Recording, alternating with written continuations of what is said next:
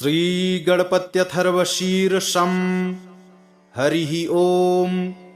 नमस्ते गणपतये त्वमेव प्रत्यक्षं तत्त्वमसि, त्वमेव केवलं कर्तासि, त्वमेव केवलं धर्तासि, त्वमेव केवलं हर्तासि, त्वमेव सर्वं खल्विदं ब्रह्मासि, त्वं साक्षादात्मासि नित्यम्। ऋतं वच्मि सत्यं वच्मि, अवत्वं माम् अववक्तारम् अवश्रोतारम् अवदातारम् अवधातारम् अवानुचानमवशिष्यम् अवपश्चात्तात् अवपुरस्तात् अवचोत्तरात्तात् अवदक्षिणात्तात् अवचोर्ध्वात्तात् अवाधरात्तात् सर्वतो मां पाहि पाहि समन्तात्।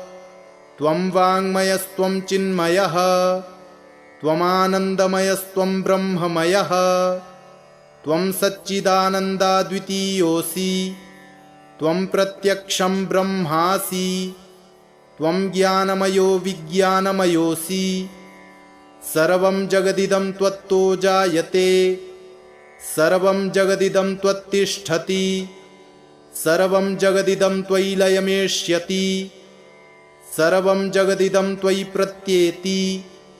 त्वं भूमिरापो नलो नीलो नभः, त्वं चत्वारि वाक्पदानि, त्वं गुणत्रयातीतः, त्वं कालत्रयातीतः, त्वं देहत्रयातीतः, त्वं मूलाधारस्थितोऽसि नित्यम्, त्वं शक्तित्रयात्मकः।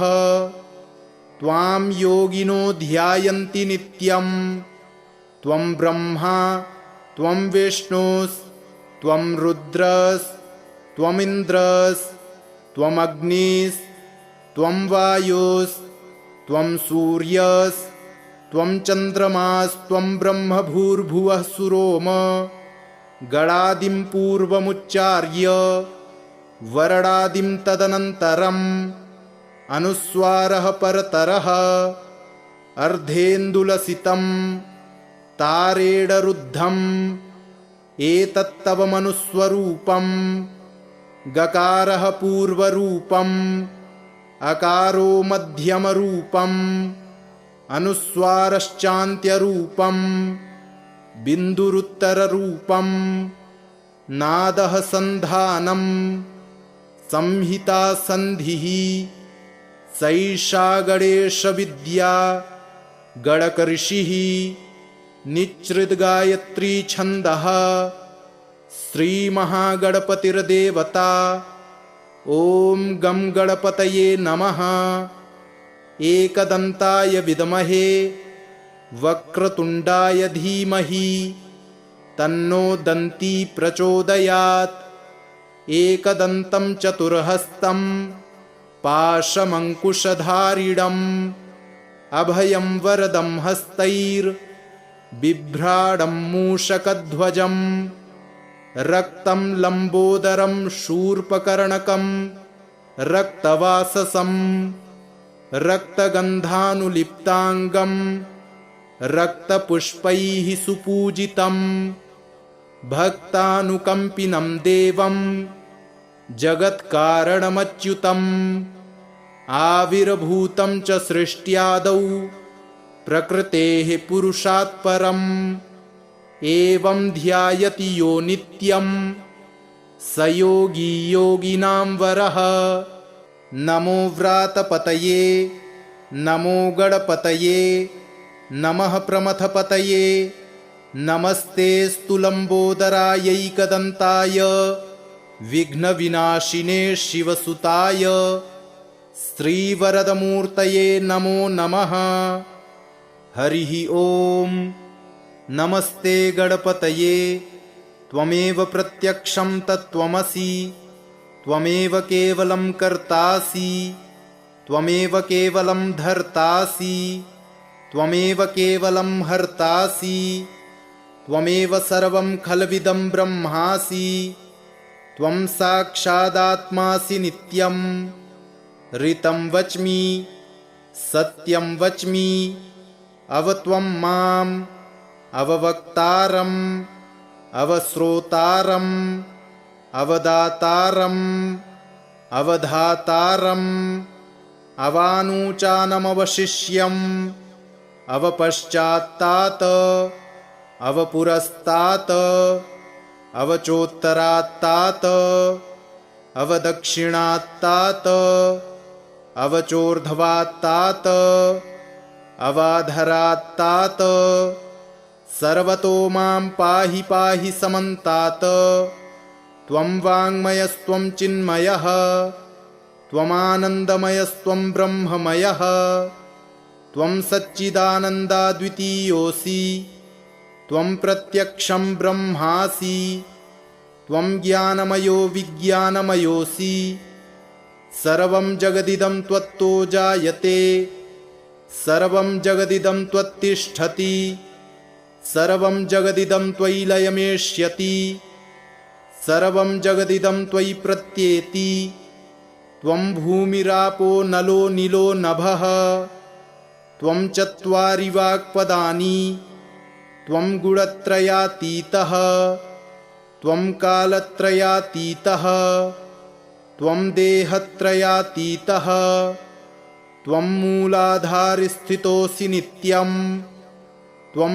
शक्तित्रयात्मकः त्वां योगिनो ध्यायन्ति नित्यं त्वं ब्रह्मा त्वं विष्णुस्त्वं रुद्रस्त्वमिन्द्रस्त्वमग्निस्त्वं वायुस्त्वं सूर्यस्त्वं चन्द्रमास्त्वं ब्रह्म भूर्भुवः सुरोम गणादिं पूर्वमुच्चार्य वरणादिं तदनन्तरम् अनुस्वारः परतरः अर्धेन्दुलसितं तारेडरुद्धम् एतत्तव मनुस्वरूपं गकारः पूर्वरूपम् अकारो मध्यमरूपम् अनुस्वारश्चान्त्यरूपम् बिन्दुरुत्तररूपम् नादः सन्धानम् संहिता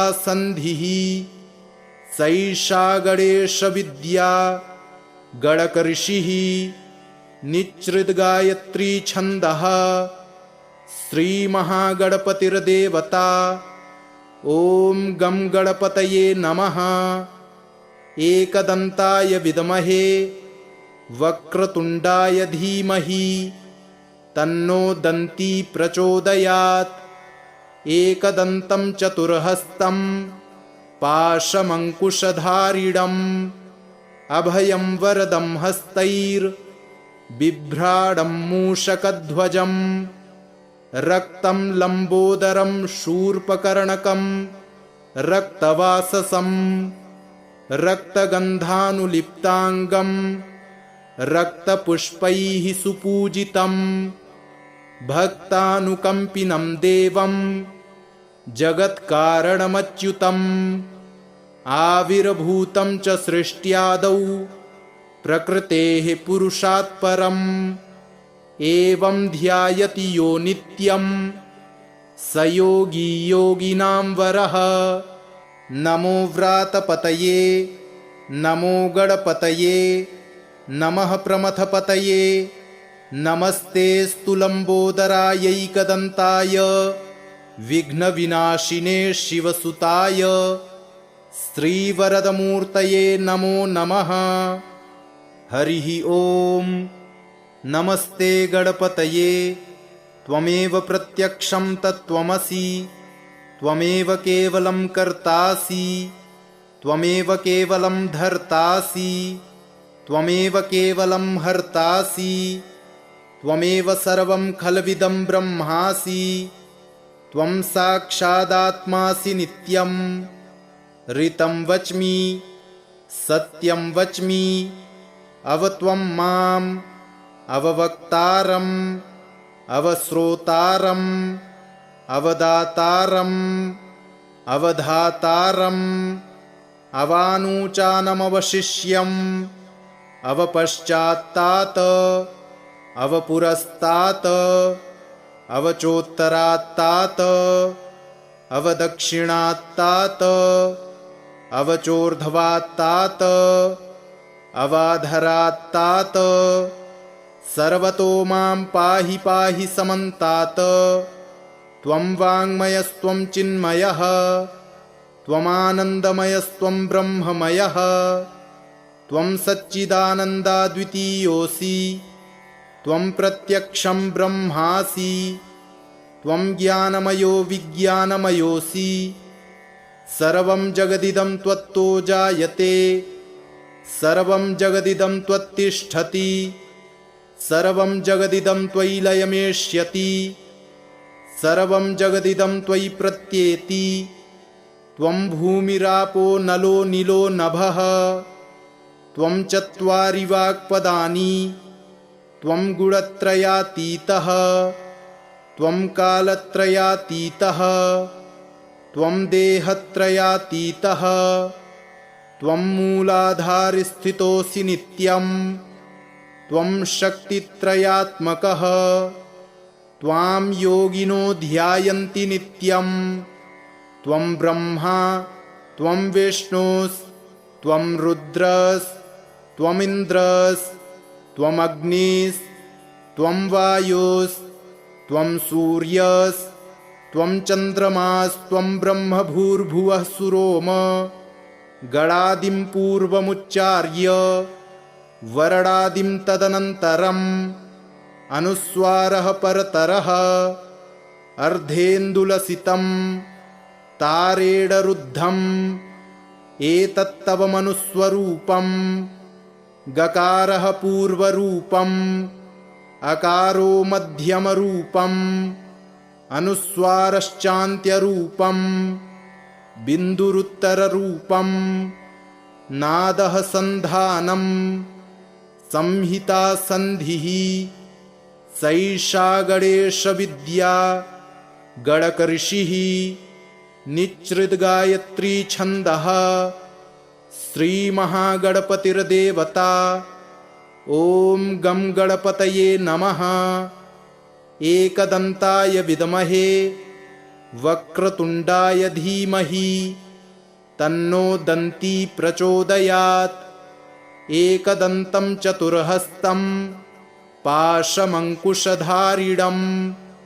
अभयं वरदं हस्तैर्बिभ्राणं मूषकध्वजम् रक्तं लम्बोदरं शूर्पकर्णकं रक्तवाससं रक्तगन्धानुलिप्ताङ्गं रक्तपुष्पैः सुपूजितं भक्तानुकम्पिनं देवं जगत्कारणमच्युतम्।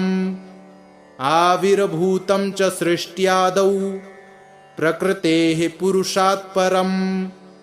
एवं ध्यायति यो नित्यं स योगी योगिनां वरः।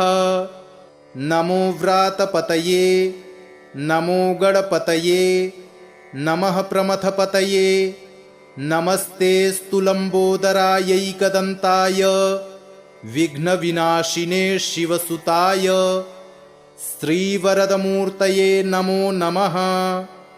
हरिः ॐ। नमस्ते गणपतये त्वमेव प्रत्यक्षं तत्त्वमसि त्वमेव केवलं कर्तासि त्वमेव केवलं धर्तासि त्वमेव केवलं हर्तासि त्वमेव सर्वं खल्विदं ब्रह्मासि त्वं साक्षादात्मासि नित्यं। ऋतं वच्मि सत्यं वच्मि अवत्वं माम् अववक्तारम् अवश्रोतारम् अवदातारम् अवधातारम् अवानूचानमवशिष्यम् अवपश्चात्तात् अवपुरस्तात् अवचोत्तरात्तात् अवदक्षिणात्तात् अवचोर्ध्वात्तात् अवाधरात्तात् सर्वतो मां पाहि पाहि समन्तात् त्वं वाङ्मयस्त्वं चिन्मयः त्वमानन्दमयस्त्वं ब्रह्ममयः त्वं सच्चिदानन्दाद्वितीयोऽसि त्वं प्रत्यक्षं ब्रह्मासि त्वं ज्ञानमयो विज्ञानमयोऽसि सर्वं जगदिदं त्वत्तो जायते सर्वं जगदिदं त्वत्तिष्ठति सर्वं जगदिदं त्वयि लयमेष्यति सर्वं जगदिदं त्वयि प्रत्येति त्वं भूमिरापो नलो नीलो नभः त्वं चत्वारि वाक्पदानि त्वं गुणत्रयातीतः त्वं कालत्रयातीतः त्वं देहत्रयातीतः त्वं मूलाधारस्थितोऽसि नित्यं त्वं शक्तित्रयात्मकः त्वां योगिनो ध्यायन्ति नित्यं त्वं ब्रह्मा त्वं विष्णुस्त्वं रुद्रस्त्वमिन्द्रस्त्वम् अग्निस्त्वं वायुस्त्वं सूर्यस्त्वं चन्द्रमास्त्वं ब्रह्म भूर्भुवः सुरोम गणादिं पूर्वमुच्चार्य वरणादिं तदनन्तरम् अनुस्वारः परतरः अर्धेन्दुलसितं तारेणरुद्धम् एतत्तव मनुस्वरूपं गकारः पूर्वरूपम् अकारो मध्यमरूपम् अनुस्वारश्चान्त्यरूपम् बिन्दुरुत्तररूपम् नादः सन्धानम् संहिता सन्धिः सैषा गणेशविद्या गणकऋषिः निच्छृद्गायत्री छन्दः श्रीमहागणपतिर्देवता ॐ गं गणपतये नमः। एकदन्ताय विद्महे वक्रतुण्डाय धीमहि तन्नो दन्ती प्रचोदयात्। एकदन्तं चतुर्हस्तं पाशमङ्कुशधारिणम् अभयं वरदं हस्तैर्बिभ्राणं मूषकध्वजं रक्तं लम्बोदरं शूर्पकर्णकं रक्तवाससं रक्तगन्धानुलिप्ताङ्गं रक्तपुष्पैः सुपूजितं भक्तानुकम्पिनं देवं जगत्कारणमच्युतम् आविर्भूतं च सृष्ट्यादौ प्रकृतेः पुरुषात् परम् एवं ध्यायति यो नित्यं स योगी योगिनां वरः। नमो व्रातपतये नमो गणपतये नमः प्रमथपतये नमस्तेऽस्तु लम्बोदरायैकदन्ताय विघ्नविनाशिने शिवसुताय श्रीवरदमूर्तये नमो नमः। हरिः ॐ। नमस्ते गणपतये त्वमेव प्रत्यक्षं तत्त्वमसि त्वमेव केवलं कर्तासि त्वमेव केवलं धर्तासि त्वमेव केवलं हर्तासि त्वमेव सर्वं खल्विदं ब्रह्मासि त्वं साक्षादात्मासि नित्यं ऋतं वच्मि सत्यं वच्मि अवत्वं माम् अववक्तारम् अवश्रोतारम् अवदातारम् अवधातारम् अवानूचानमवशिष्यम् अवपश्चात्तात् अवपुरस्तात् अवचोत्तरात्तात् अवदक्षिणात्तात् अवचोर्ध्वात्तात् अवाधरात्तात् सर्वतो मां पाहि पाहि समन्तात् त्वं वाङ्मयस्त्वं चिन्मयः त्वमानन्दमयस्त्वं ब्रह्ममयः त्वं सच्चिदानन्दाद्वितीयोऽसि त्वं प्रत्यक्षं ब्रह्मासि त्वं ज्ञानमयो विज्ञानमयोऽसि सर्वं जगदिदं त्वत्तो जायते, सर्वं जगदिदं त्वत्तिष्ठति, सर्वं जगदिदं त्वयि लयमेष्यति, सर्वं जगदिदं त्वयि प्रत्येति। त्वं भूमिरापो नलो नीलो नभः, त्वं चत्वारि वाक्पदानि, त्वं गुणत्रयातीतः, त्वं कालत्रयातीतः, त्वं देहत्रयातीतः, त्वं मूलाधारस्थितोऽसि नित्यं, त्वं शक्तित्रयात्मकः, त्वां योगिनो ध्यायन्ति नित्यं। त्वं ब्रह्मा त्वं विष्णुस्त्वं रुद्रस्त्वमिन्द्रस्त्वं अग्निस्त्वं वायुस्त्वं सूर्यस्त्वं चन्द्रमास्त्वं ब्रह्म भूर्भुवः सुरोम।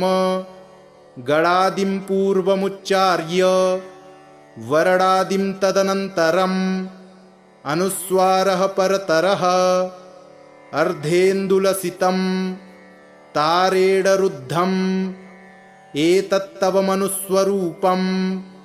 गकारः पूर्वरूपम् अकारो मध्यमरूपम् अनुस्वारश्चान्त्यरूपम् बिन्दुरुत्तररूपम्। नादः सन्धानम् संहिता सन्धिः सैषा गणेशविद्या गणकऋषिः। निच्छृद्गायत्री छन्दः श्रीमहागणपतिर्देवता। ॐ गं गणपतये नमः।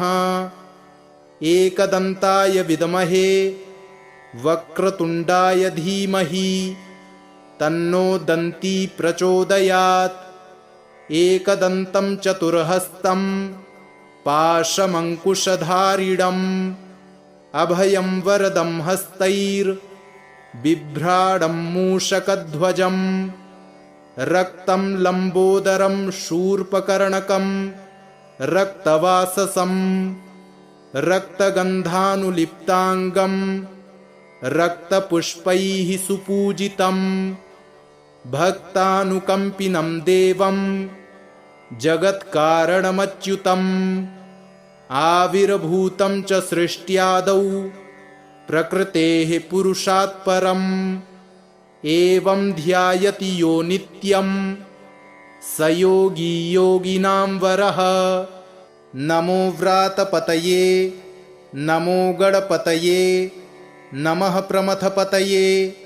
नमस्तेऽस्तु लम्बोदरायैकदन्ताय विघ्नविनाशिने शिवसुताय श्रीवरदमूर्तये नमो नमः। हरिः ॐ। नमस्ते गणपतये। त्वमेव प्रत्यक्षं तत्त्वमसि, त्वमेव केवलं कर्तासि, त्वमेव केवलं धर्तासि, त्वमेव केवलं हर्तासि, त्वमेव सर्वं खल्विदं ब्रह्मासि। त्वं साक्षादात्मासि नित्यं। ऋतं वच्मि सत्यं वच्मि अवत्वं माम् अववक्तारम् अवश्रोतारम् अवदातारम् अवधातारम् अवानूचानमवशिष्यम् अवपश्चात्तात् अवपुरस्तात् अवचोत्तरात्तात् अवदक्षिणात्तात् अवचोर्ध्वात्तात् अवाधरात्तात्। सर्वतो मां पाहि पाहि समन्तात्। त्वं वाङ्मयस्त्वं चिन्मयः त्वमानन्दमयस्त्वं ब्रह्ममयः। त्वं सच्चिदानन्दाद्वितीयोऽसि, त्वं प्रत्यक्षं ब्रह्मासि, त्वं ज्ञानमयो विज्ञानमयोऽसि। सर्वं जगदिदं त्वत्तो जायते, सर्वं जगदिदं त्वत्तिष्ठति, सर्वं जगदिदं त्वयि लयमेष्यति, सर्वं जगदिदं त्वयि प्रत्येति। त्वं भूमिरापो नलो नीलो नभः, त्वं चत्वारि वाक्पदानि, त्वं गुणत्रयातीतः त्वं कालत्रयातीतः त्वं देहत्रयातीतः त्वं मूलाधारस्थितोऽसि नित्यं त्वं शक्तित्रयात्मकः त्वां योगिनो ध्यायन्ति नित्यं त्वं ब्रह्मा त्वं विष्णुस्त्वं रुद्रस्त्वमिन्द्रस्त्वम् अग्निस्त्वं वायुस्त्वं सूर्यस्त्वं चन्द्रमास्त्वं ब्रह्म भूर्भुवः सुरोम गणादिं पूर्वमुच्चार्य वरणादिं तदनन्तरम् अनुस्वारः परतरः अर्धेन्दुलसितं तारेणरुद्धम् एतत्तव मनुस्वरूपम् गकारः पूर्वरूपम् अकारो मध्यमरूपम् अनुस्वारश्चान्त्यरूपम् बिन्दुरुत्तररूपम् नादः सन्धानम् संहिता सन्धिः सैषा गणेशविद्या गणकऋषिः निच्छृद्गायत्री छन्दः श्रीमहागणपतिर्देवता ॐ गं गणपतये नमः। एकदन्ताय विद्महे वक्रतुण्डाय धीमहि तन्नो दन्ती प्रचोदयात्। एकदन्तं चतुर्हस्तं पाशमङ्कुशधारिणम् अभयं वरदं हस्तैर्बिभ्राणं मूषकध्वजम् रक्तं लम्बोदरं शूर्पकर्णकं रक्तवाससं रक्तगन्धानुलिप्ताङ्गं रक्तपुष्पैः सुपूजितं भक्तानुकम्पिनं देवं जगत्कारणमच्युतम् आविर्भूतं च सृष्ट्यादौ प्रकृतेः पुरुषात् परम् एवं ध्यायति यो नित्यं स योगी योगिनां वरः। नमो व्रातपतये नमो गणपतये नमः प्रमथपतये नमस्तेऽस्तु लम्बोदरायैकदन्ताय विघ्नविनाशिने शिवसुताय श्रीवरदमूर्तये नमो नमः। हरिः ॐ। नमस्ते गणपतये त्वमेव प्रत्यक्षं तत्त्वमसि त्वमेव केवलं कर्तासि त्वमेव केवलं धर्तासि त्वमेव केवलं हर्तासि त्वमेव सर्वं खल्विदं ब्रह्मासि त्वं साक्षादात्मासि नित्यं ऋतं वच्मि सत्यं वच्मि अवत्वं माम् अववक्तारम् अवश्रोतारम् अवदातारम् अवधातारम् अवानूचानमवशिष्यम् अवपश्चात्तात् अवपुरस्तात् अवचोत्तरात्तात् अवदक्षिणात्तात् अवचोर्ध्वात्तात् अवाधरात्तात् सर्वतो मां पाहि पाहि समन्तात्। त्वं वाङ्मयस्त्वं चिन्मयः त्वमानन्दमयस्त्वं ब्रह्ममयः त्वं सच्चिदानन्दाद्वितीयोऽसि त्वं प्रत्यक्षं ब्रह्मासि त्वं ज्ञानमयो विज्ञानमयोऽसि सर्वं जगदिदं त्वत्तो जायते सर्वं जगदिदं त्वत्तिष्ठति सर्वं जगदिदं त्वयि लयमेष्यति सर्वं जगदिदं त्वयि प्रत्येति त्वं भूमिरापो नलो नीलो नभः त्वं चत्वारि वाक्पदानि त्वं गुणत्रयातीतः त्वं कालत्रयातीतः त्वं देहत्रयातीतः त्वं मूलाधारस्थितोऽसि नित्यं त्वं शक्तित्रयात्मकः त्वां योगिनो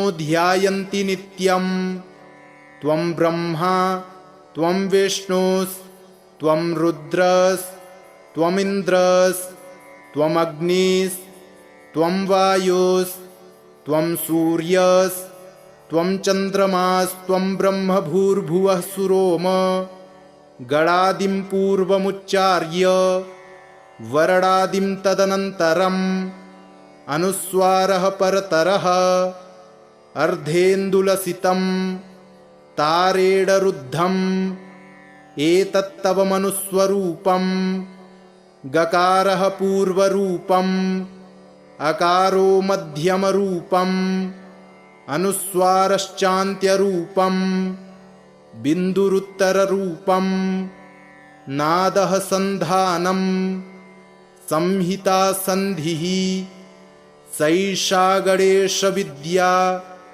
गणकऋषिः निच्छृद्गायत्री छन्दः श्रीमहागणपतिर्देवता ॐ गं गणपतये नमः। एकदन्ताय विद्महे वक्रतुण्डाय धीमहि तन्नो दन्ती प्रचोदयात्।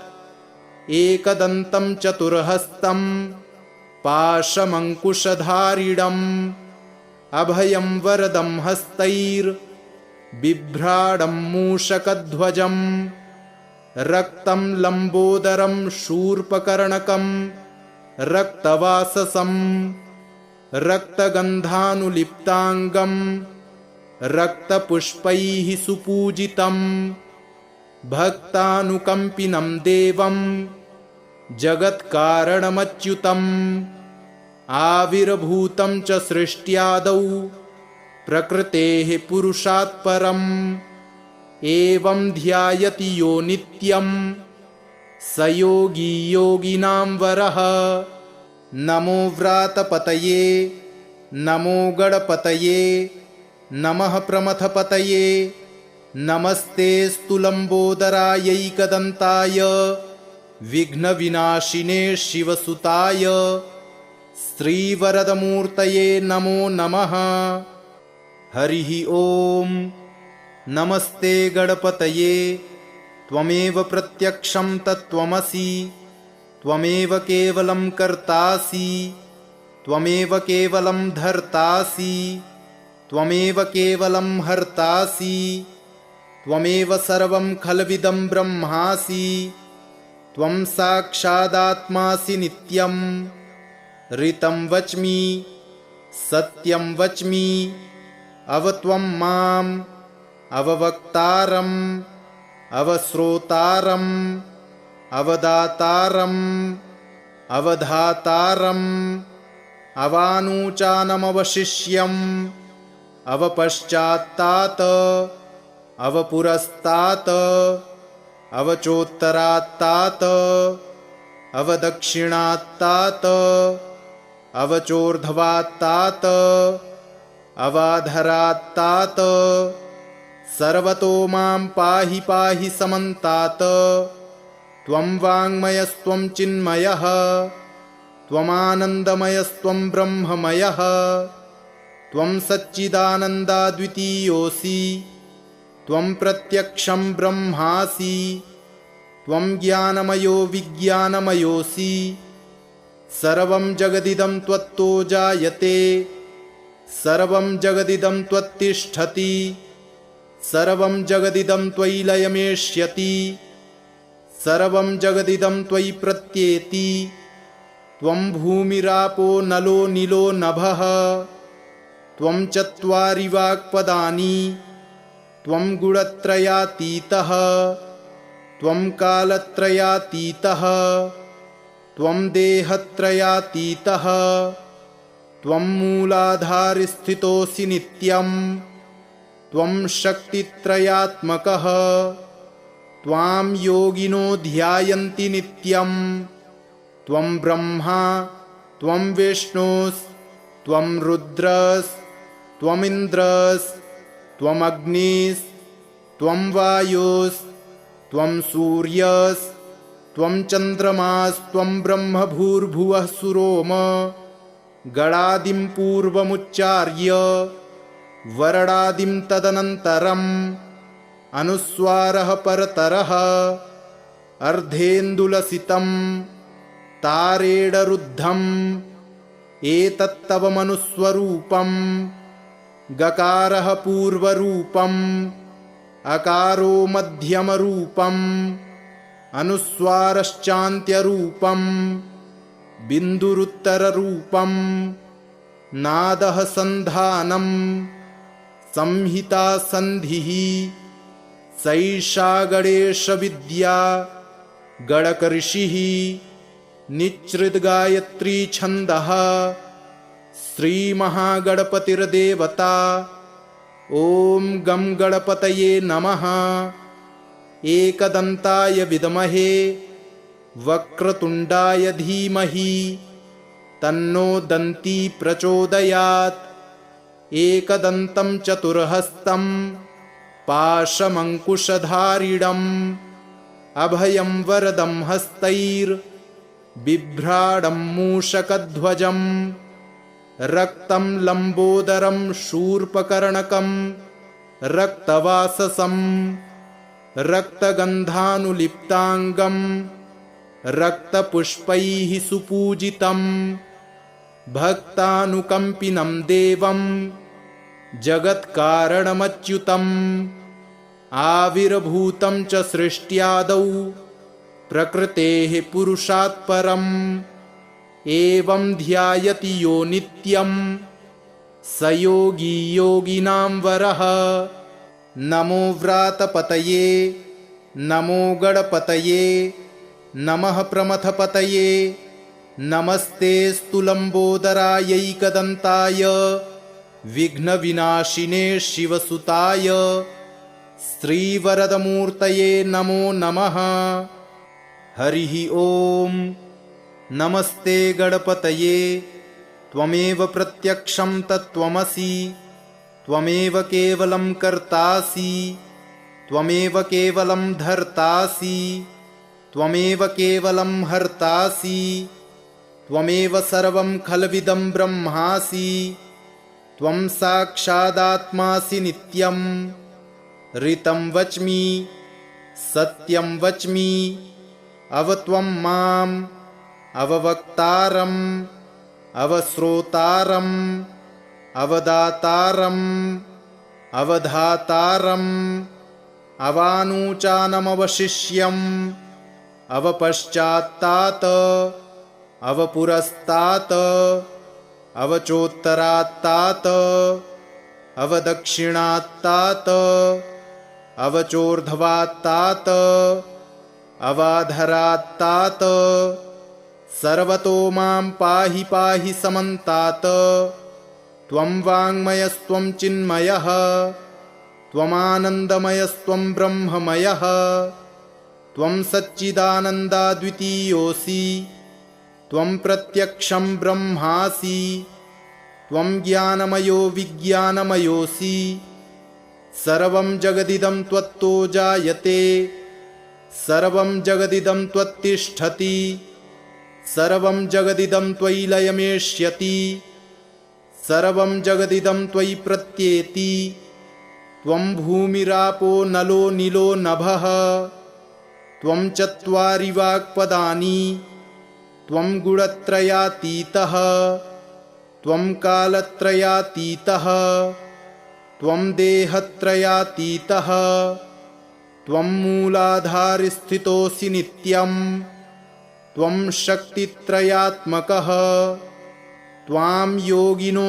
ध्यायन्ति नित्यं त्वं ब्रह्मा त्वं विष्णुस्त्वं रुद्रस्त्वमिन्द्रस्त्वमग्निस्त्वं वायुस्त्वं सूर्यस्त्वं चन्द्रमास्त्वं ब्रह्म भूर्भुवः सुरोम गणादिं पूर्वमुच्चार्य वरणादिं तदनन्तरम् अनुस्वारः परतरः अर्धेन्दुलसितं तारेडरुद्धम् एतत्तव मनुस्वरूपं गकारः पूर्वरूपम् अकारो मध्यमरूपम् अनुस्वारश्चान्त्यरूपम् बिन्दुरुत्तररूपं नादः सन्धानं संहिता सन्धिः सैषा गणेशविद्या गणकऋषिः निच्छृद्गायत्री छन्दः श्रीमहागणपतिर्देवता। ॐ गं गणपतये नमः। एकदन्ताय विद्महे वक्रतुण्डाय धीमहि तन्नो दन्ती प्रचोदयात्। एकदन्तं चतुर्हस्तं पाशमङ्कुशधारिणम्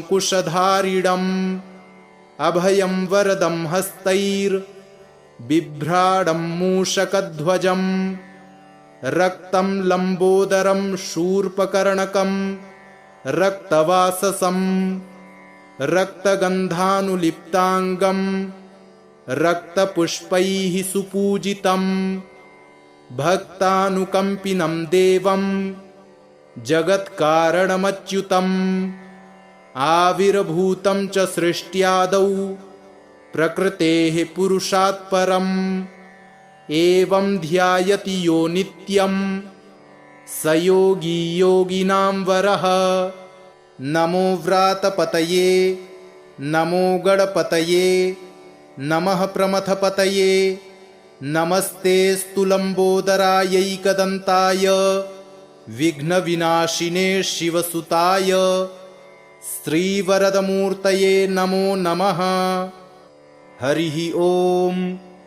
नमस्ते गणपतये त्वमेव प्रत्यक्षं तत्त्वमसि त्वमेव केवलं कर्तासि त्वमेव केवलं धर्तासि त्वमेव केवलं हर्तासि त्वमेव सर्वं खल्विदं ब्रह्मासि त्वं साक्षादात्मासि नित्यं ऋतं वच्मि सत्यं वच्मि अवत्वं माम् अववक्तारम् अवश्रोतारम् अवदातारम् अवधातारम् अवानूचानमवशिष्यम् अवपश्चात्तात् अवपुरस्तात् अवचोत्तरात्तात् अवदक्षिणात्तात् अवचोर्ध्वात्तात् अवाधरात्तात् सर्वतो मां पाहि पाहि समन्तात्।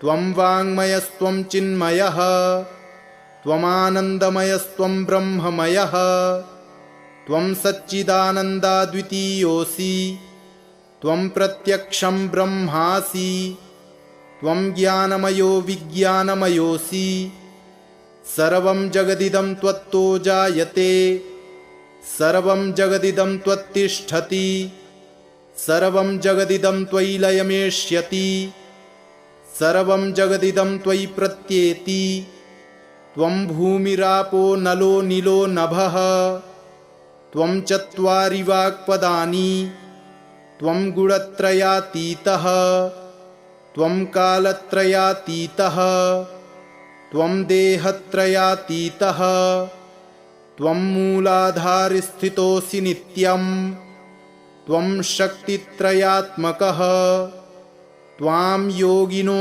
ध्यायन्ति नित्यं त्वं ब्रह्मा त्वं विष्णुस्त्वं रुद्रस्त्वमिन्द्रस्त्वम् अग्निस्त्वं वायुस्त्वं सूर्यस्त्वं चन्द्रमास्त्वं ब्रह्म भूर्भुवः सुरोम गणादिं पूर्वमुच्चार्य वरणादिं तदनन्तरम् अनुस्वारः परतरः अर्धेन्दुलसितं तारेणरुद्धम् एतत्तव मनुस्वरूपं गकारः पूर्वरूपम् अकारो मध्यमरूपम् अनुस्वारश्चान्त्यरूपम् बिन्दुरुत्तररूपं नादः सन्धानं संहिता सन्धिः सैषा गणेशविद्या गणकऋषिः निच्छृद्गायत्री छन्दः श्रीमहागणपतिर्देवता। ॐ गं गणपतये नमः। एकदन्ताय विद्महे वक्रतुण्डाय धीमहि तन्नो दन्ती प्रचोदयात्।